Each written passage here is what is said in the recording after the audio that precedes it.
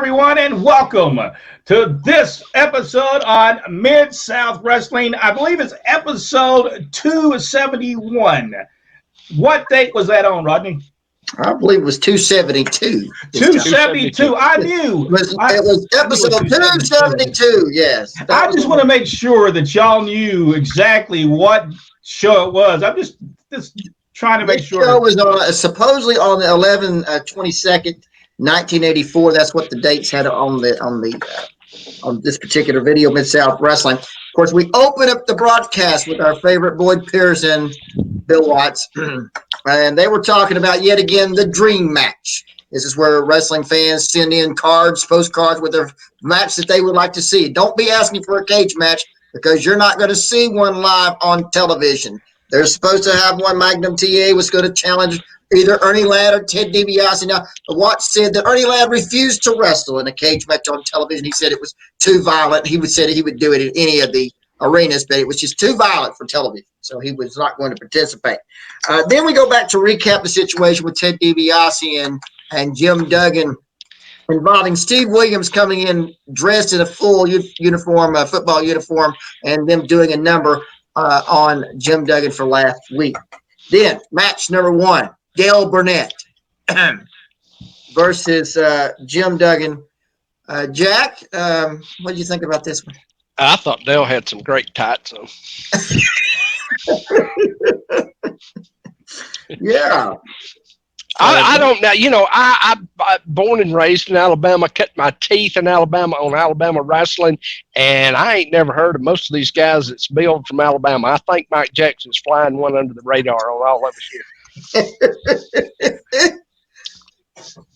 Brett? All I can say is if that was my television program, I'm not for sure that would have made television. Well, I noticed Dad, our father, Ron West, was refereeing this particular match. I noticed he was all over Dale. Get him.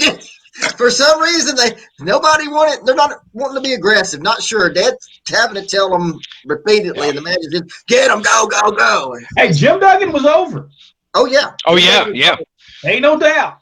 But he wasn't going to win he wasn't getting the Dave Mezzer 5-star match out of that, I can tell you that. Hey, Jax went sideways on us over there. Yeah, there's something going on there. In the end, it's Jim Duggan with the 3-point stats and the spear, and he was over, and that was no surprise. Match number 2, Chavo and Hector Guerrero against Master G and Brickhouse Brown. Brett, what do you think about that one? Oh, I thought that match was good. I thought that, I'll be honest with you, I was not impressed with Chavo and Hector at that time. And I wasn't. But when I watch them now, I'm very impressed with them and love the finish in this match.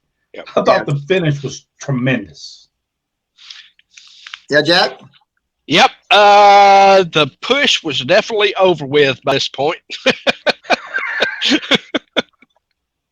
But it was a good match. I thought it was a really good match. Well, the end of the match was Brickhouse Brown with his unorthodox airplane spin, which knocked the referee out of the way. Then Chavo Guerrero, they did knock the referee out of the way, but he was having this unorthodox airplane spin while he had him up. Chavo grabbed the bandoleros and hit him in the stomach with them, and that was it. 1, 2, 3. Chavo and Hector over in that one. Then we come up to match number 3. Steve Dr. Death Williams against Lee Ramsey. Referee on that was Randy Anderson. Brent, what you think about this one? I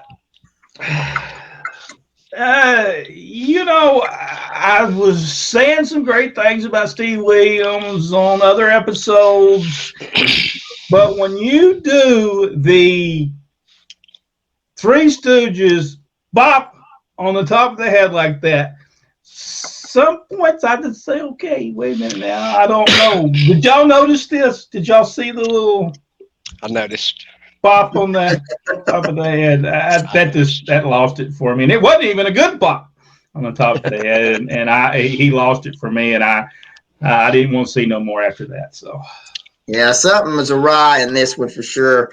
In the end, it's the 3-point stand into the Oklahoma Stampede. It's Williams over. Here comes Jim Duggan. Now he's in his full football uniform, and Steve Dr. Williams grabs his helmet, puts it on, goes to the three-point stance, and gets out of the ring. And then Williams leaves, and of course, hut, two, hut. That's right. That's right. Then I thought we was watching wrestling. I didn't know we was watching football. Well, this is for Bill Watts is the best of both worlds for him. Football. I have to say one thing.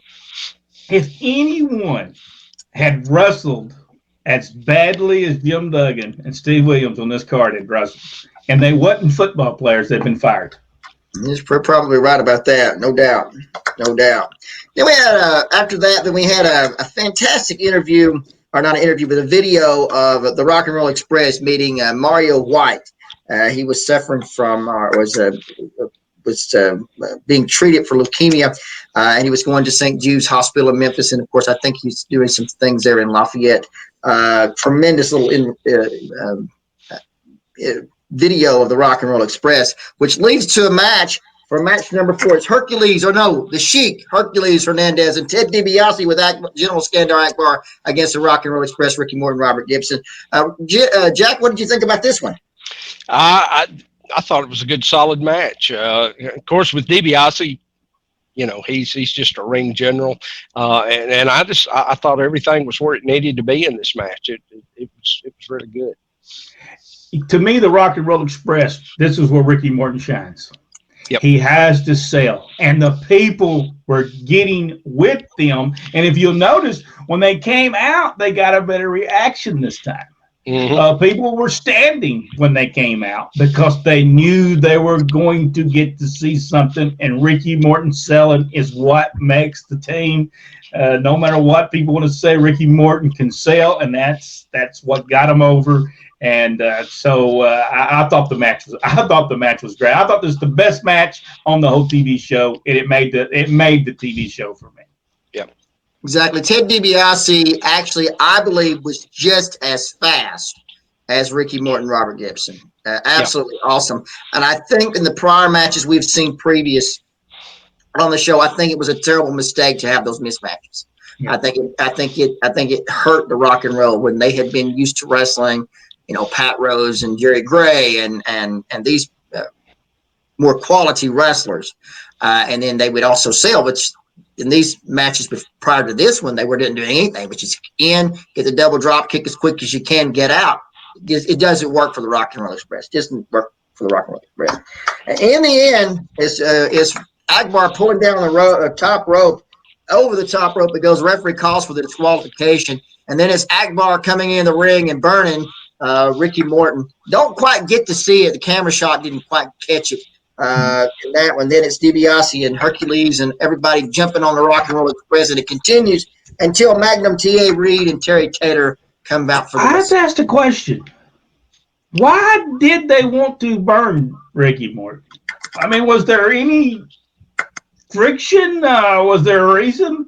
There was friction when Akbar did light him up right there, because he had to make the spark so it burns. Yeah, I understood that was friction, but I mean, why? I mean, we died. There was no built up to this. There's no. Well, that's because Cornette was gone, so they had to get somebody else doing that. I just wondered if I missed something, and there was some. There was no reason. We know there was some heat. There was some fire going on, but I just don't. Am I missing? Did I miss something? I think they jumped the shark on that. It was too soon. I think if they had carried on this angle for a few more shows and then burned him, I think it would have made a lot more sense.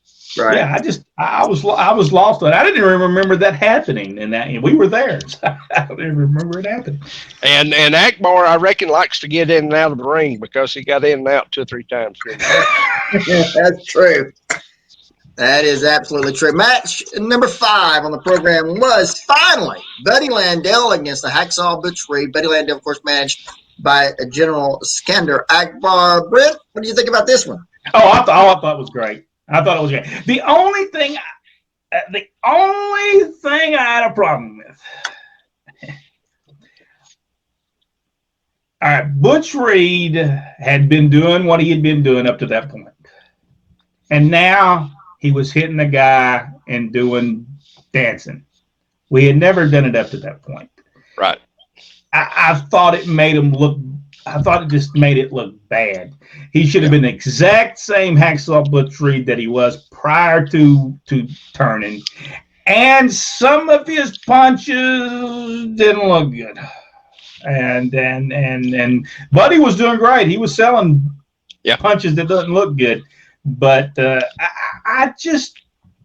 thought the match was great. I thought Buddy made the match, but I just thought something. There was something missing with Reed, Steve Williams, and Duggan on this card. On this TV show. I just can't. I've been very upset if I'd been Bill Watts. Jack, what you think? with Butch, it's just he should have been mad. And there shouldn't really been much wrestling involved. He should just be out there trying to kill Buddy. And the dancing and the other stuff just didn't further along what they were trying to do. It didn't tell a very good story. No. Now the match wasn't bad. No. At all. It was a good match, but the storytelling aspect of it was lacking. Yeah. Well, the thing I noticed about it is Reed had him pinned, had Landel pinned. It went 1, 2. He snatched him up, and the people just clapped. I love that. I thought that was awesome. But what I thought, they really needed to use Akbar more in a distraction manner so that Landel could have gotten more heat so that he would make the big comeback. In the end, it's Steve Williams coming into the match with his full football gear, doing a number on Landel. And attacking Reed. It's Reed and Landel on Reed. Duggan comes in with 2x4 and all scatter. Then we have an interview with Boyd Pierce and Bill Watts, a video about Terry Taylor in freeze frame. Again, we really should have known more about what was going on with Terry Taylor. And they kind of just, again, forgot him. And now they got to try to get him back over again. Because once you're, like we've talked about before, once you're out of sight, out of mind, you're not over anymore. So it's time. It has time to start over. Match number 6 is Dibiase against Terry Taylor. Jack, what do you think about this one? I thought it was a solid match. Dale was a good hand back in his day, and Terry, I don't know. I always thought Terry was really good in the ring. I just didn't think he ever got taken care of the way he should have, and that's by any promoter that he worked for. I thought the match was good until poor old Dibiase hit the ropes, about fell out. and but Terry did it so good. Terry just brought him back in and gave it to him. But man, he got his head ripped right off by that top rope. That's right. He picked him up and body slammed him, and it's Terry Taylor over in that one. Match number 7, it's Jack Victor against Magnum TA. People just sitting there in that match. I just thought they were just sitting there in that one. In the end, it's the belly-to-belly suplex with Magnum TA over. And, of course, on the next shows we have next week coming up, it's going to be Terry Taylor, Magnum TA against Hercules Hernandez, Sheik, Hercules Hernandez, and Ted Dibiase. And we're going to finally see in 2 weeks Terry Daniels and Brad Armstrong. Also, next week's show, Tim Horner returns also on the next show. All right, that was episode 272. Correct. 272 Mid-South Wrestling. On the next episode, 273. On behalf of Jack Lord and Rodney West, this is Brent West, and we will see you on the very next episode on Mid-South Wrestling.